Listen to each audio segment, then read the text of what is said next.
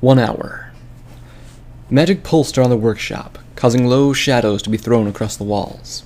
A gentle thrum could be heard from the air as the pulses echoed around the room almost hypnotically. He stood in front of the desk, eyes closed as he kept his head lowered, his horn crossed with hers. She was placed back on the desk, still as lifeless as before. Slumped over, her horn was resting on top of his. A golden aura cascaded down her horn, snaking around her body and seeping into her stitching. He gritted his teeth and concentrated harder, the glow around his horn increasing with intensity. Cracking open the glowing eye, he glanced down at the spellbook in his hooves. With some words that were smudged and parts of the page were missing, having been torn out ages ago. Still, he worked with what little he could decipher, struggling to control the spell.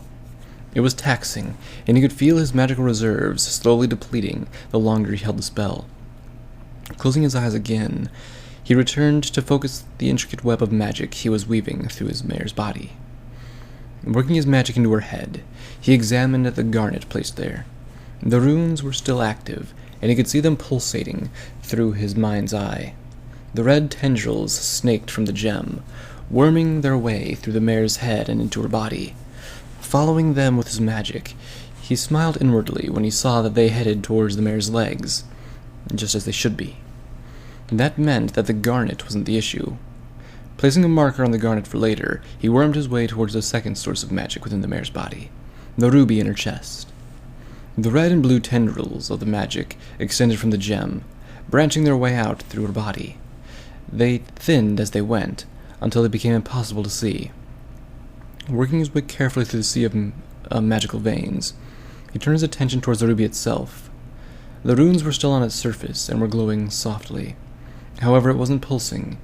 It remained still, lifeless. He pushed some of his magic into the gem, searching for any indication on why it wasn't working. It had magic inside of it, the energy swirling lethargically around the ruby. He tried to start the magic reaction with a burst of his own, only to frown as his magic was immediately absorbed into a void of nothingness. He tried again, this time pushing a little more magic into the gem. It met the same result. The magic sucked into a void within the matrix of the ruby. Canceling the flow of magic to the ruby, he sat back and studied the gem, trying to figure out the best course of action. A spike of panic flared up in his chest. Did he use a defective gem? He couldn't change it. That would take too much time. Enveloping it in his magic again, he searched for any cracks on the gem's facets, or any other imperfections that the magic could be leaking out of. And finding none, he concentrated his searching, looking for any hairline cracks that wouldn't be visible to his eye. The result came back negative. The ruby was whole and undamaged. So why wasn't it working? He pulled himself out of his trance for a moment. He glanced up at the hourglass. His heart skipped a beat upon seeing that it was nearly at the end of its cycle, only a small amount of sand remaining within the top half. Throwing himself back into a trance, he focused all of his attention on the ruby. Placing a marker on the ruby, he connected it to the marker on the garnet, before linking both gems back to his horn. He ran a secondary loop, leading to his own chest, up through his horn and down to her chest.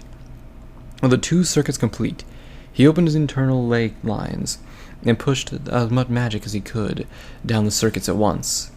A tsunami of magic raced down his horn and into the mare's body, smashing into the garnet, which immediately flared to life as it was flooded with excess magic.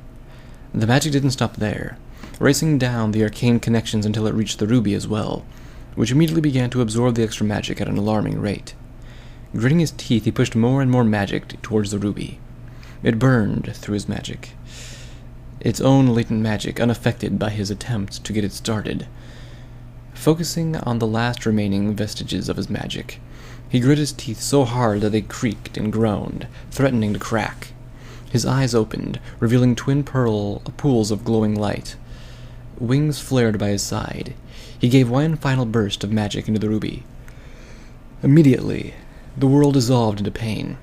Grabbing his head in his hooves, he tumbled backwards with a yelp. He yelped again upon landing on one of his wings wrong, causing it to bend beneath him. Lying on the ground, he stared up at the ceiling above him, breathing heavily. The tip of his horn was blackened and smoking, and it felt like all of his limbs were suddenly turned to lead. Pushing himself up into a seated position, he tried to cast a spell, only to hiss in pain as sparks erupted from the tip of his horn. He had used up all of his magical reserve. He had nothing left. Getting shakily to his hooves, he glanced at the mare on the desk. She remained motionless. Her swallowed quickly before tentatively approaching and placing his ear to her chest. He waited for a second, 2 seconds, 3 seconds. After 10 seconds had passed and no sound was coming from her chest, he pulled back, forlorn. Ears laying flat against his head, he blinked back, the tears welling up in the corners of his eyes. Leaning forward, he nosed the mare's ear, whimpering softly. She did not respond.